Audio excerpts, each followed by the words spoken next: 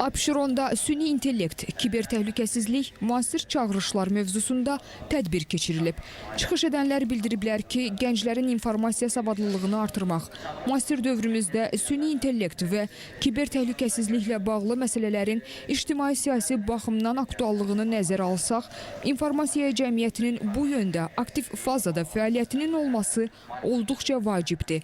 Qeyd olunub ki, məqsəd dünyada gedən informasiya müharibəsi fonunda ölkəmizdə informasiya təhlükəsizliyinin vacibliyini nəzərə alaraq gəncləri rəqəmsal mühitdə süni intellekt və kiber təhlükəsizlik yönümündə maarifləndirmək, şəxsi məlumatların qorunması ilə bağlı biliklərini daha da artırmaq, onların kiber təhlükələrə qarşı diqqətli olmaları üçün qabaqlayıcı informasiya maarifləndirilməsi yönümündə görüşlər keçirməkdir.